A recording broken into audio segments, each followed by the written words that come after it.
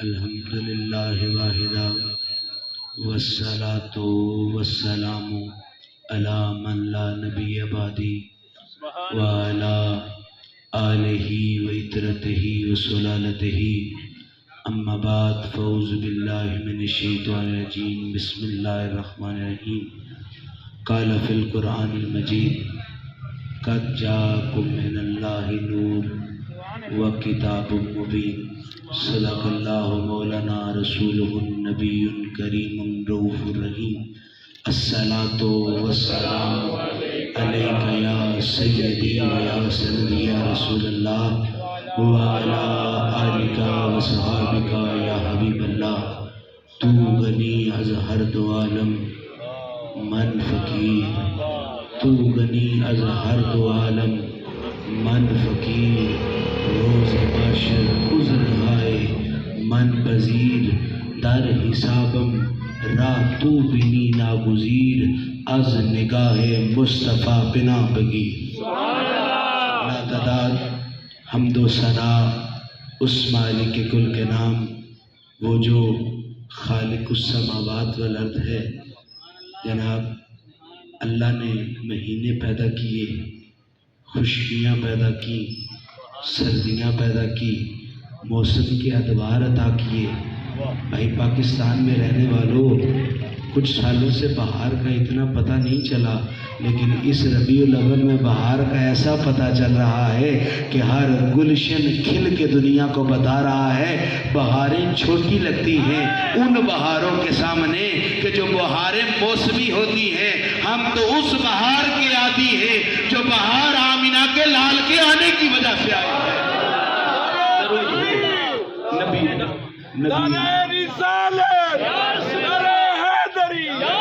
درود ہو نبی مکرم نبی محتشم حضور سرور کائنات سید الانبیاء والمرسلین کی ذات پر۔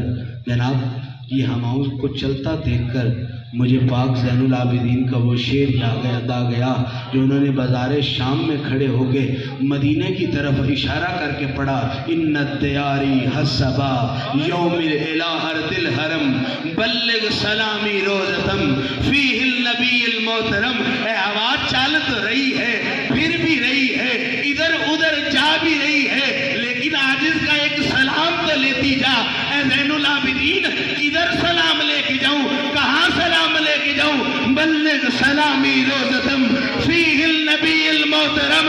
سلام لے کے جانا ہے تو مدینے کی تاجدار کی طرف لے کے جا۔ آج شام کے بازار میں کھڑے ہو کے زین العابدین دنیا کو بتا رہا ہے یہ ہوائیں ایسے ہی نہیں چلتی۔ اور ملا جامی کے لفظوں میں اس کا ترجمہ کرتے ہیں، نسیمہ جانب بدہا گزر کن ز احوالم محمد را خبر کن، مریضم یا رسول اللہ مریضم علاج درد دل ہے چارہ گر کن۔ اے ہوا چل رہی ہے، نسیم اس کو کہتے ہیں جو میٹھی ہوتی ہے۔ ملا جامی کہتے ہیں عام ہوا سے تو مطلب ہی نہیں ہے، عام ہوا تیری بات ہی نہیں ہے، جو میٹھی ہوا ہے نسیمہ جانب بطحا، بطحا کی طرف جب جائے تو اس کو سلام پیش کرنا۔ اب ہوا نے بھی ملا جامی سے پوچھ لیا سلام تو پیش کرنا ہے لیکن کہوں کیا؟ مریضم مریضم یا رسول اللہ مریضم مریضم یا رسول اللہ مریضم علاج درد دل ہے چارہ گرکل۔ ان کو کہنا بیمار ہے، یا رسول اللہ بڑا بیمار ہے، یا رسول اللہ بڑا بیمار ہے، پریشان ہے، تکلیف زدہ ہے۔ تو ہوا نے پوچھا تکلیف کیا ہے، پریشانی کیا ہے، بیماری کیا ہے؟ تو ہوا سے ملا جامی کہتا ہے بس بیماری اتنی ہے جب طیبہ کی ہوا آتی ہے تو عاشق کا دل کرتا ہے کہ ادھر مصطفیٰ کو جا کے سلام پیش کیا جائے۔ جناب جب طیبہ کی ہوا آتی ہے تو ہر ٹوٹے ہوئے دل والا مرہم تلاش نہیں کرتا، وہ ہوا سے کہتا ہے تو مدینے سے ہو کے آئی ہے، تیرا آ جانا ہی میری مرہم بن گیا۔ جناب جس آیت کریمہ کی میں نے تلاوت کی، میرا رب فہم و فراست کا خالق ہے، میرا رب علم و حکمت کا خالق ہے۔ جناب یہاں عطف کے بڑے رولے دنیا ڈالتی ہے،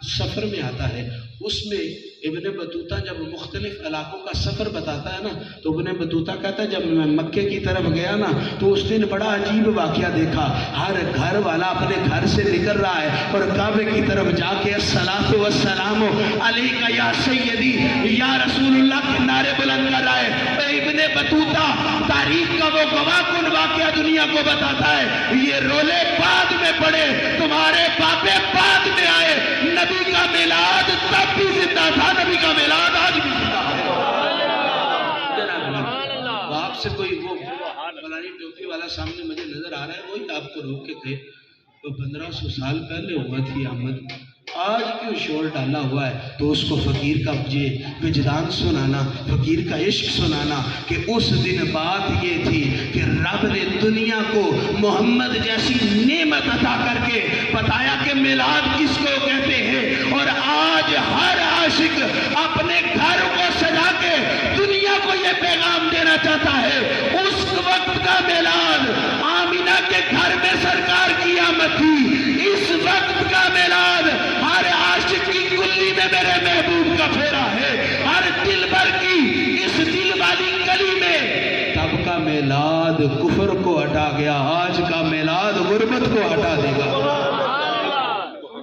میں جب کربلا سے پیدل نجف جا رہا تھا نا تو رستے میں ایک کھانا بندے کھینچ کھینچ کے کھلائیں تو ہم کھانے لگے تو نہ سمجھ آئے بڑا گوشت ہے، نہ سمجھ آئے چھوٹا گوشت ہے۔